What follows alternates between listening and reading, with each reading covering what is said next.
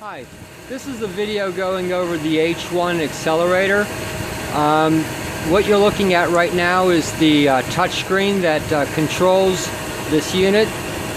And what we have is a generator, control board, and supporting electronics that actually generate the hydrogen, keep it under pressure, and meter it through a injector system. And that's based on engine load.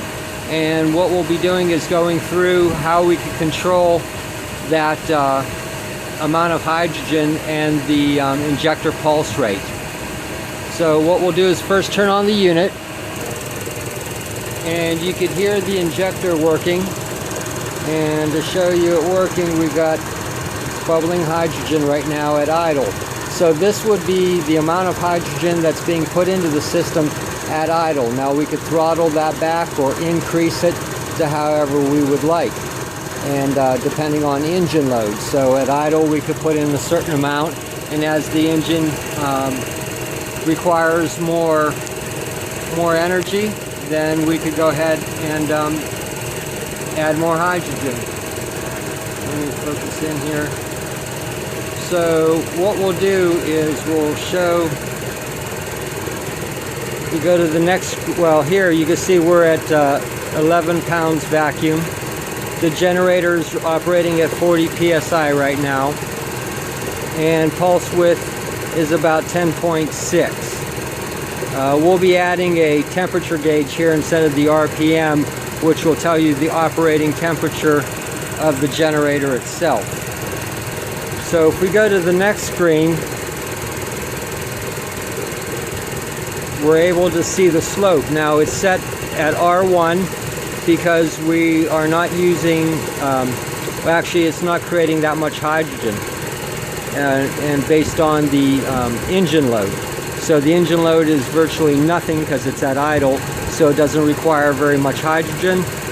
And each one of these scales we could set how much hydrogen we want at the engine load. So if we go to the next screen, now this is the while you're running screen. Any of these could be increased or decreased according to how much load or that shows up here.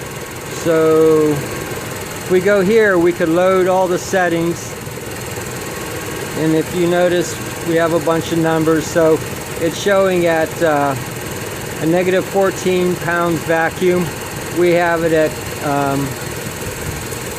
0.12 pulse width, and then as it decreases, which means increases in engine load, all the way down to 0, which would be wide open throttle, we have 75% capacity. So what you could do is you could press this parameter. You notice maximum